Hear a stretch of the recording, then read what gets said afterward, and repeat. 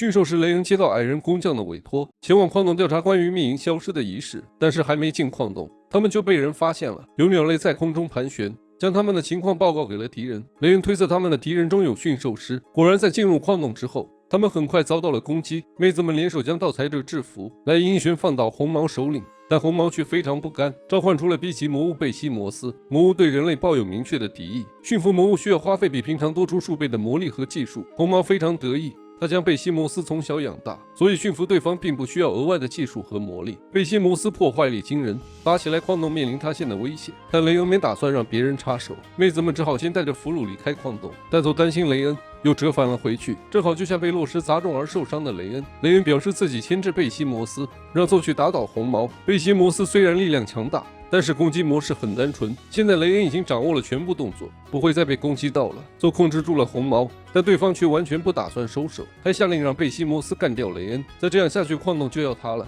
雷恩如今只有一个办法可用，他本来对自己非常不自信，但是同伴们告诉他，他的能力非常神奇，他选择相信自己的力量。在贝西摩斯攻来的瞬间，雷恩伸出手，贝西摩斯的攻击居然停止了。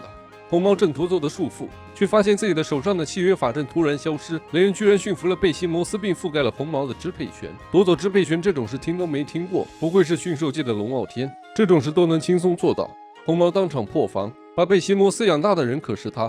他不断的大喊自己才是贝西摩斯的主人，让他杀了雷恩。在支配权的刺激下，贝西摩斯突然发狂扑向红毛。危急时刻，雷恩只能使出火球将贝西摩斯彻底打败。魔物对人的敌意就算驯服也无法完全消除。雷恩虽然勉强压制了下来，但是贝西摩斯却对红毛的敌意产生反应而失去控制。盗采者全部捉拿归案。原来他们都在矮人的武器店里买过量产的武器，得知自己被骗之后非常生气，于是打算夺走秘银，让矮人再也无法打造武器，夺走对方身为工匠的骄傲和灵魂。得知了事情真相后，矮人非常羞愧，他以为自己制作的武器是最棒的，凡夫俗子没办法使用。但无论是什么样的客人，都应该全心全意地帮他们制造武器才对。但是他却用了测试这种对人和武器都不忠诚的做法，他真的是一个失败的工匠。雷恩握住矮人的手，只要改正就好了。每个人都会犯错，但只要认识到自己的错误之后，用心打造每一把武器就好。他有着非常厉害的技术，一定可以重新来过。居然连矮人老头都要聊上一把，真是个罪恶的男人。在雷恩的安慰下，矮人打起了精神，决定以后真心对待客人和武器。首先就从雷恩的武器开始打造。雷恩想要短剑和手套，他凑到矮人耳边悄悄说了自己的要求。打造武器需要时间，于是雷恩趁此机会给大家放了个假。另一边，勇者小队的成员招募非常不顺，因为不管他们怎么找，都无法找到能和雷恩相提并论的金牌辅助。所有驯兽师都无法做到在能进行基本战斗的同时支撑不极限这一基本要求。圣女有些不安，因为被淘汰的不少人的能力都不弱，从辅助方面来说已经合格了，但是他们都被拿来和雷恩比较。他担心这样下去旅游会无法启程，他们会距离讨伐魔王的目标越来越远。他问亚历欧斯选拔的基准是不是太严苛了，这让亚历欧斯非常不满，这是在质疑他吗？自从雷恩走后，勇者情绪的矛头就指向了圣女，但圣女不敢反驳，只能附和着勇者。而在圣女走后，埃利欧斯从抽屉里拿出了一个充满不祥的戒指，他打算用这个让雷恩消失。被雷恩抓住的盗采者都被剥夺了冒险者身份，送去强制劳动。虽然对方犯了重罪，但雷恩还是心情有些沉重。邹和塔尼亚在家里睡懒觉，雷恩带着精灵双胞胎出去逛街。两个从没出过门的加里敦立刻被人类的美食所俘获，差点忘了问雷恩正事。雷恩每次和最强种族缔结契约都会获得相应的能力，和精灵契约后应该能获得了特化魔法的能力。但是雷恩仔细感受了一下，体内似乎并没有什么变化。双胞胎傻眼了，和他们契约什么好处都没有吗？两人不死心的自我安慰，或许雷恩已经学会了远超上级和超位的绝级魔法，那是只有精灵族才能使用的秘术。但雷恩还是什么都没感受到，双胞胎好难过，他们不会连最低级的使魔都不如吧？雷恩赶紧摸头安慰，他不会用契约和力量来判别同伴，就算没有得到力量，露娜和索拉也是他重要的同伴。两人不明白雷恩为什么对他们这个好，因为扯了后腿，他们被自己的族人放弃了。虽然和雷恩缔结契约，但他的身边已经有了邹和塔尼亚那么厉害的同伴，为什么还会需要他们呢？雷恩决定和两人好好聊聊。在被开除出勇者队伍之后，雷恩曾经反思过自己为什么没办法和勇者顺利的走下去，究其原因还是信赖。刚开始旅行的时候，他害怕自己会被抛弃，所以拼命想派上用场，结果就被开除了。如果他当时能对勇者抱有信任，事情会不会就不一样了？事到如今，他也无法改变过去，所以雷恩想和与他在一起的同伴们共筑信赖关系。索拉和露娜也是他的同伴，即使没有获得能力也是一样。双胞胎豁然开朗，打算叫上座和塔尼亚一起吃午饭。而就在这时，一个穿着花里胡哨的男人拦住了索拉和露娜，刚一见面就非常普信地要求两人成为他的女人。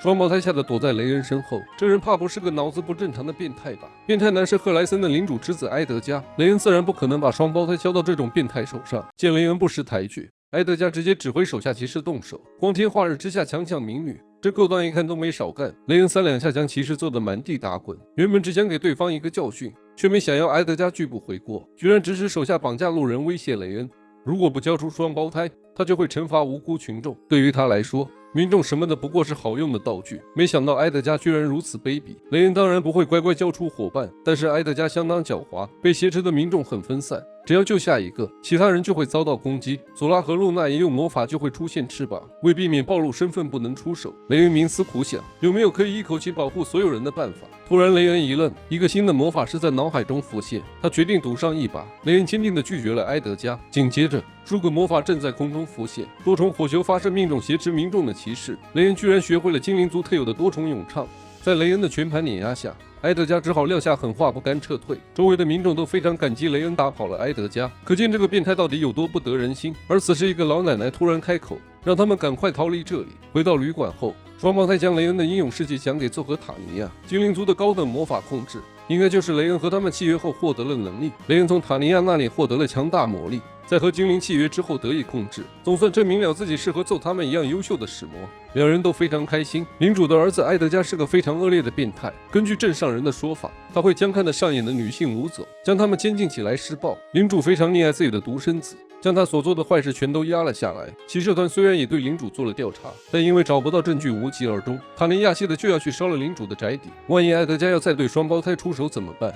他无法原谅那个变态对镇上的人和雷恩所做的事。雷恩劝他冷静，既然如此，就更应该仔细思考后再行动。雷恩当然也想要保护大家，但是他既然不是勇者，也不是英雄，难道只能离开这里躲避灾祸了吗？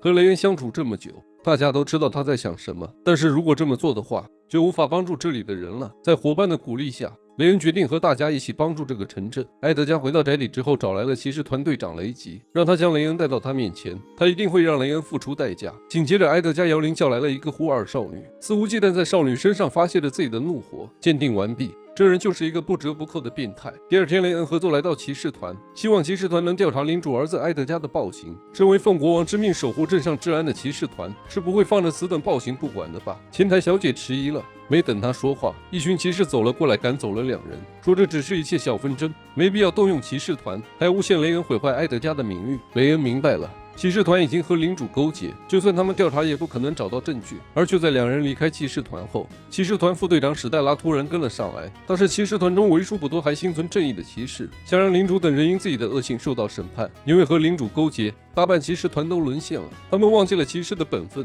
不只为领主和他的儿子掩饰罪行，还蔑视了本应守护的人民。他想让失去骑士团变回原来的样子，但信任的手下只有寥寥几人。正好雷恩和奏出现了，两人是摧毁了漆黑之牙盗贼团大名鼎鼎的冒险者。史黛拉希望雷恩能协助自己揭露领主的恶行，雷恩有些犹豫，但是这是骑士团的陷阱，奏让他放心，因为史黛拉的身上没有让人讨厌的味道。于是雷恩答应和史黛拉合作，史黛拉很高兴，询问雷恩为什么要控告领主，得知雷恩只是单纯的为民除害后，突然笑了。雷恩的善良和正义让他羡慕不已，如果自己能早点站出来的话就好了。幸好现在也不迟，两人联手一定能将骑士团和领主全部打倒，但是事情没那么容易。如果找不出证据，他们可能会被冠以反叛罪。雷恩决定先给骑士团来个大扫除，大家开始紧张地进行准备工作。很快，骑士团得到消息，称郊外的仓库里藏着证明他们和领主勾结的证据。于是队长雷吉带着骑士团来到郊外仓库销毁证据。殊不知这里是雷恩给他们精心准备的陷阱。骑士们一进仓库就被雷恩的手到擒麻醉针击中倒地。等到骑士发现部队想要撤退已经来不及了，大门被双胞胎用冰魔法封住，骑士成了瓮中之鳖，全被雷恩放倒。